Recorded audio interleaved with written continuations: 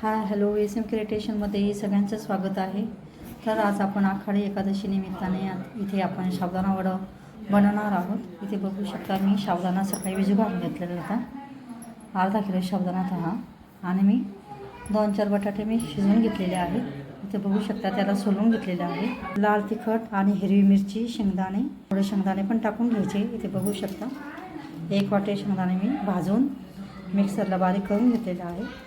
2-3 बटाटे आणि हिरवी मिरची, लाल मिरची, मीठ मिक्स करून घ्यायचं. हे सगळं साहित्य आता आपण हे असं छान मिक्स करून घ्यायचे. ते बघू शकता अशा पद्धतीने तर छान मळून घेतलेलं आहे. अशा पद्धतीने मळून घ्यायचे बघू शकता.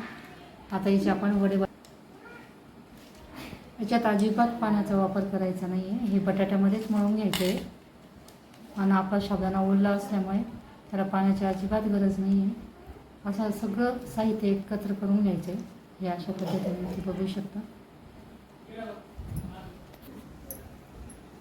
इथे बघू शकता एवढा उंडा घ्यायचा आहे आपण त्याचा हातामध्ये आणि अशा पद्धतीने करून घ्यायचे हे सगळे साबुदाणा वडा आणि नंतर आपण याला तळून घेणार आहोत.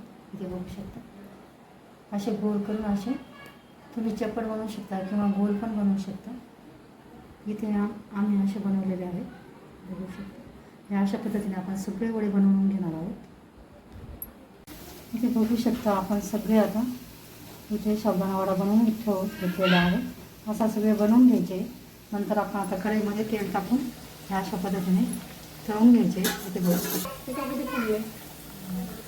असे छान आपले साबुदाणा वडा फुगतात आणि खायला पण खूप स्वादिष्ट लागतात. अशा पद्धतीची रेसिपी तुम्ही नक्की करून बघा. व्हिडिओ आवडल्यास लाईक करा, शेअर करा, चॅनलला सबस्क्राईब करा. व्हिडिओ बघितल्याबद्दल धन्यवाद.